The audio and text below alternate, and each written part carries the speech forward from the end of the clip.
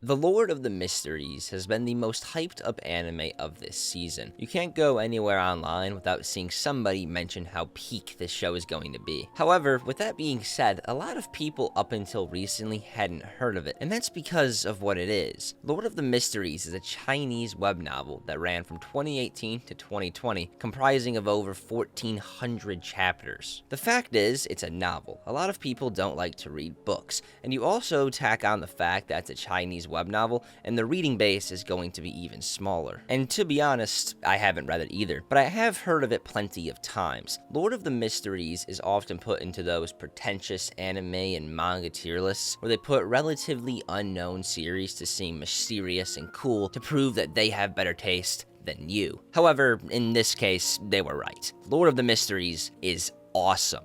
This anime takes place in a Victorian-era steampunk world that follows a guy known as Klein Moretti, aka the Fool. Klein used to be this guy named Zhou, who was just a typical citizen of modern-day China. Zhou transmigrated into this world after completing a luck enchantment ritual and then overtook Klein's body, who, for lack of better words, just got done blowing his own brains out. Upon gaining consciousness, he sees a journal in front of him that reads, "Everyone will die, including me." Fucking edgelord. With this, Klein, or Zhou, however you want to look at it, decides they need to get back to their own world. So he heads out to the market to collect the necessary items to perform the luck enchantment ritual, hoping it will send him back home, only to find out that he is being followed. So he escapes into a circus, where he is then forced into a tarot card reading. He plays the game, and the Fool is drawed. This becomes important in a minute.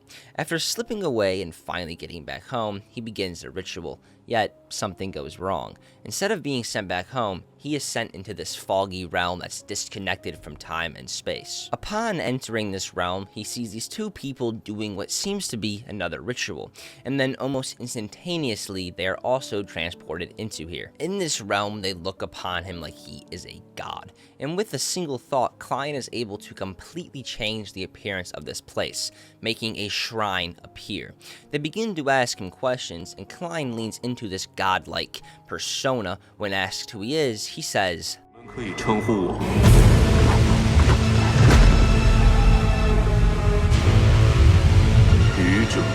After that whole ordeal is finished, he's awoken to knocks at his door, and lo and behold, it's the people who were following him earlier during the day. The Nighthawks, a secret group of Beyonders who are tasked with figuring out where a missing diary went, and why the two people who read it, aside from Klein, Welsh and Naya, killed themselves. Of course, Klein did kill himself as well, but someone overtook his body. But the Nighthawks don't know that, and Klein intends to keep it that way for now. Now, to my understanding, as I'm an anime only and don't want to spoil too much of it for myself, Beyonders are people that tap into one of the 22 pathways by consuming a special potion that contains the essence of said pathway. Once you consume a potion to the corresponding pathway, you are stuck in that path forever. There's no takesy-backsies. There are a total of 10 different potions for each pathway, going from sequence 9 to sequence 0. Each sequence is a level of power, and you get stronger by consuming the next one in line until you reach sequence 0, where you are akin to a god.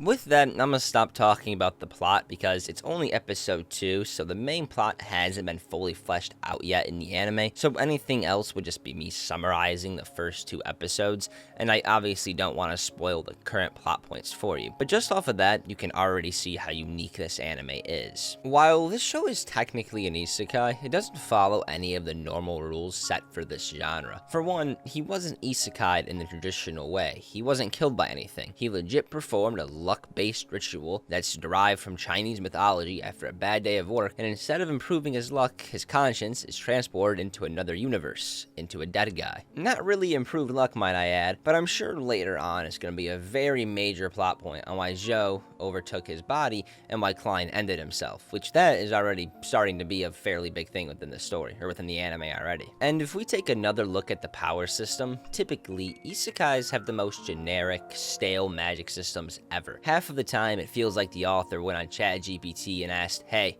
make me a magic system. However, in Lord of the Mysteries, as I just explained, has one of the most innovative and coolest power systems in all of anime, period. And mind you, this is only the beginning of the series. We still have 11 more episodes in this season, and however many more seasons after that to develop it even further. I've seen some people saying that it's on par and even surpasses Hunter x Hunter's Nen. That's an insane compliment, and I don't know if it's true or not, but we'll eventually find out. But I'm inclined to say that it's pretty sick. However, that aside, the first thing you're going to notice about this anime has nothing to do with the story. No, upon a glance, you're going to see how beautiful it looks. Not only does it have a very pretty art style that's just easy on the eyes, but the way this show combines CGI with hand-drawn frames is some of the best work I've ever seen in this medium. It's not often you get a show that properly combines the two. Usually when you see CGI in anime, you just want to turn your TV off and never look back. But when it's done right, like in this one, it's so nice looking, especially when it's blended properly. I don't really know how to explain that, but if you watch it, you'll get what I mean. Every single scene is legit just straight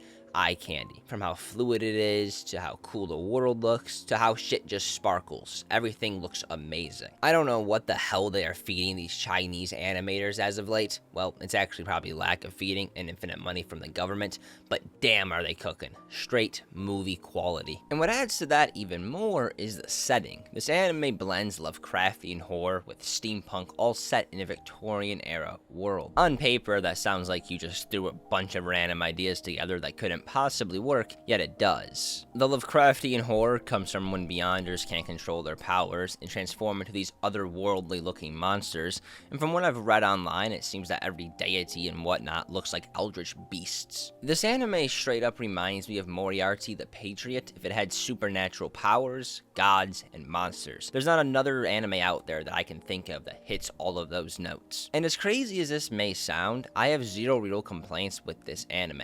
It does mostly everything right. The animation, 10 out of 10, great sound design, a very unique and fresh plot, and from what I know so far, one of the most innovative power systems in anime. However, I do want to address the main complaint that people are having with this show, and that's how confusing it is. So, a lot of people have been rambling on about how confusing this anime is, but I guess I'm gonna play devil's advocate here, because in my opinion, it's not as confusing as people are making it out to be. I mean, yeah, it's definitely confusing, I'm not gonna say it's not, but a lot of people are acting like it's like watching the show is like trying to decipher the final Zodiac Killer letter, legit acting like it's unwatchable. For one, we are only on episode 2, and what other show by episode 2 is the plot fully developed and all the mystery is solved? None. If it were, there would be no point in watching it. Also, it's called Lord of the Mysteries, not Lord of the fucking ABCs. An anime that has mysteries in its title is obviously going to have mysteries. And yes, I'm not gonna act like this anime doesn't have its confusing parts, because it definitely does. Like the Fog Realm,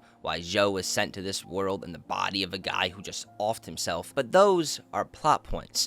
I don't get why people are acting like it's some brand new thing that plot points of a 1400 chapter novel aren't answered in the first 2 episodes of the adaptation. I'm honestly convinced that most people who are claiming that this anime is too confusing literally just heard their favorite TikToker or YouTuber say that, and now they're just slobbering on it and regurgitating that person's take without even watching it. I will say though, I did see some novel readers say that this adaptation cut out some parts that further explain things, and if that's the case, which I can't confirm or deny that, but I could definitely see where these cuts could have taken place. But again, it's not as confusing as it's being made out to be. The general idea slash plot is explained and is understood, but there for sure is a lot of mystery. But I do gotta say one thing. Just imagine how good the payoff is going to be when you finally get answers for all these things that you're confused about. It's going to be so rewarding. So even though it may be confusing for now, it shouldn't affect your viewing of it, especially when some of the greatest shows ever are known to have very confusing elements within them. If you haven't given this anime a watch yet, I wholeheartedly recommend you do.